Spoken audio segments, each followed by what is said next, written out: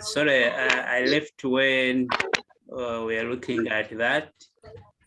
We should be a little faster.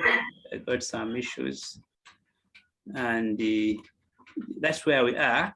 To show that light is essential for photosynthesis, and we had gone through the requirements, that is the potted plant, test tube, aluminum foil or black pepper, a white tile, dropper, and then ethanol.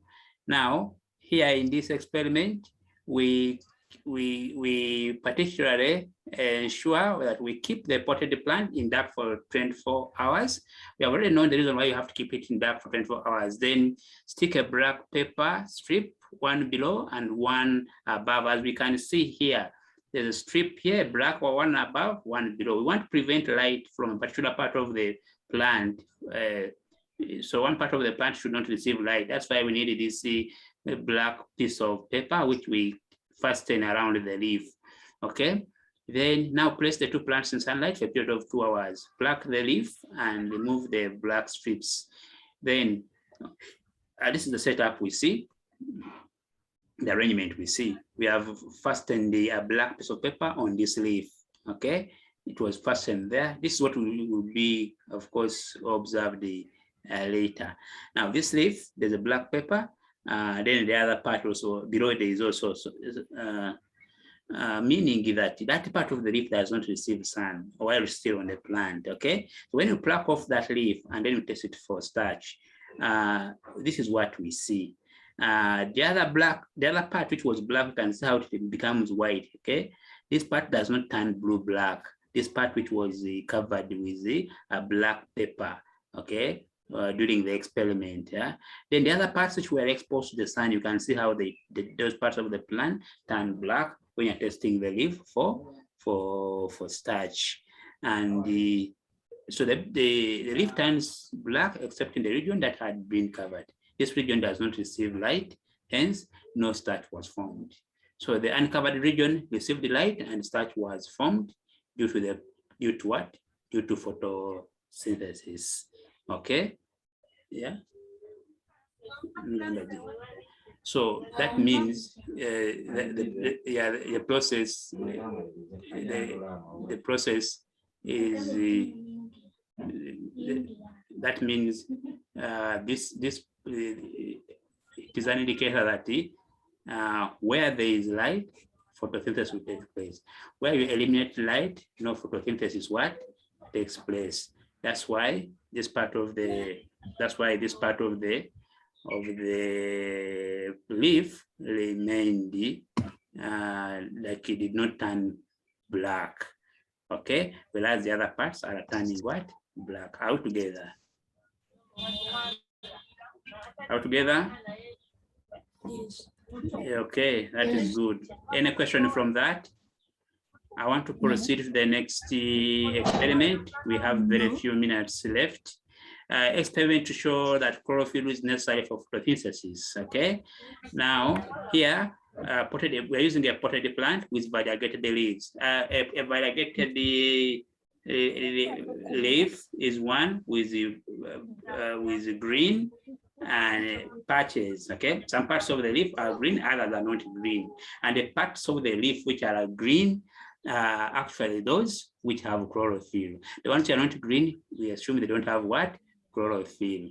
So in this case, we are using a variegated leaf, and we need the same materials. We need the test tube, white tile, we need a dropper, we need alcohol, we need the water bath, and we discharge the plant like before, but this time we are using the plant with variegated leaves, okay, which has a green and yellow or white patches, okay. You have seen such plants, where some parts are green, others are not. Then the plant is discharged to remove all the starch. Then the plant is then exposed to the sun for 2 hours. One leaf is removed, and its exact drawing is drawn on the paper just to trace back where the yellow patches and where was the green patch. That's why we have to draw. Then the leaf is tested for starch. The observation is that the yellow part of the leaf are stained brown, the parts that were green stain black. That what is black if you correct, it's not broke. So correct it in your notes when we test with iodine. So the conclusion is that starch is only formed in parts containing what? Chlorophyll. So no starch is formed in the yellow or white patches. Therefore, we conclude that the chlorophyll is important for starch. Someone is asking me the meaning of a dropper. A dropper. Someone should help me with this. Someone should help someone understand what a dropper is. This is very interesting. However, who is helping this person who doesn't know a dropper? We listed a dropper as one of the what? One of the a dropper in the lab. We have an apparatus in chemistry which called a dropper, which is used for collecting small volumes of liquids, like in drops. If I want a drop of iodine, I press it. It's plastic or glass, but it has a teat on top, which you place. That's what we call. Yes, please. Teacher, let me define for him a simpler way. A dropper, like when a child is sick, there is the dropper. You use it to apply the medicine on a young baby. Actually, some vitamin drops, eh? They sell them some syrups with a dropper. You just open, you press within in the middle. After pressing, you now administer the what? You administer the what? The medicine in that case. So that is a very thing we call a dropper. It's not very common in the lab. We use them for collecting small volumes of reagents and putting them one point or another. We are almost running out of time. Hello, hope you are. Hello. Yes, teacher. I hope you are covered in that case. Do we have any question arising? Yes, teacher. Out of our discussion? Yes, teacher. Can I any question? Me, teacher. Yes. Please, Natalie. Yeah. Question. Teacher. Yes, please. Why do we apply Vaseline? Oh, very good. Why do we apply Vaseline? Who can answer that question? Why do you apply Vaseline? Teacher. Anna. Can you give us to avoid that getting out or direct sunlight on the leaf. Okay, so, sorry. To keep a leaf direct sunlight. Set up airtight. Okay, I think you are mixing up two things. Can we please mute? Now, I think she has mixed up two things. We applied the Vaseline in the previous experiment, or when you are using a barrel jar. The reason why we applied Vaseline is because we wanted to keep this airtight. Yeah. We wanted, remember, we were using carbon dioxide, okay? So we don't allow carbon dioxide from outside to get into the barrel jar. That's why we applied Vaseline, okay? To keep the setup airtight. Is it okay now?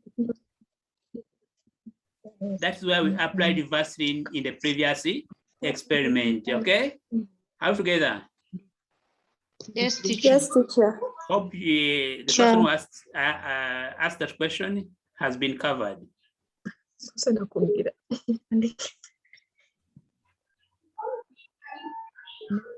Okay, another question, please, before we conclude.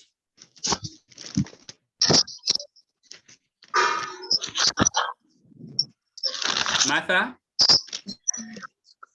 Businje? Another question, please. We are running out of time.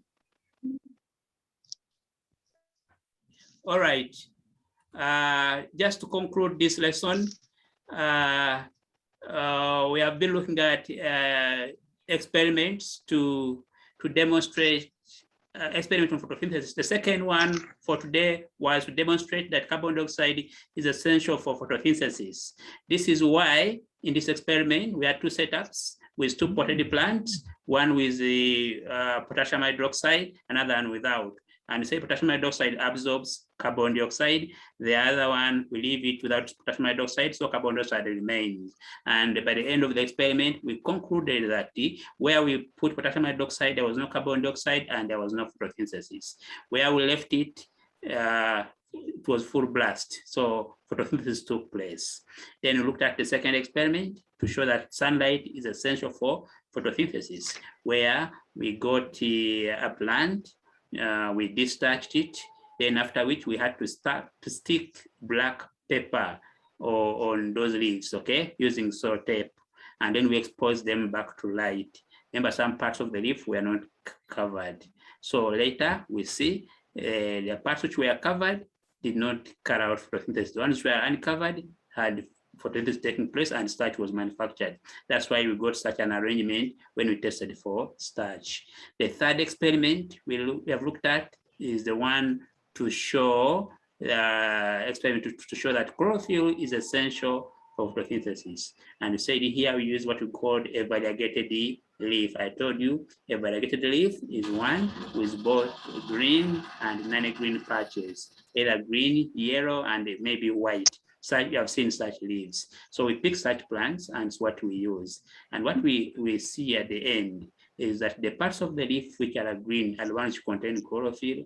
And when you test for starch using them, those are the parts which we see turning black. The other parts which are not green, they don't have chlorophyll, so they don't turn black, meaning that photosynthesis does not occur in those parts of the leaf which are do not have chlorophyll. Those are the three experiments that we have been able to look at for today. Next time we meet will be on Monday, and we shall look at how leaves are adapted to the process of photosynthesis. Okay? Yeah, that is the point right now. It is 6 minutes past 3. You can go to the garden and dig. No big deal. Thank you very much for coming. Teacher, do you have another subject? I think this is the last one for the day. Yes, please. Do you have another subject after this one? I think this one is end at 3. Do you have another subject? We don't have according to the timetable. Okay? Yes. This one is end at 3. Okay. See you again next time. Okay, thank you for coming. Thank you. You're welcome. Okay. Thank you, sir. Yeah, God bless you. Bless you too. Thank you, sir.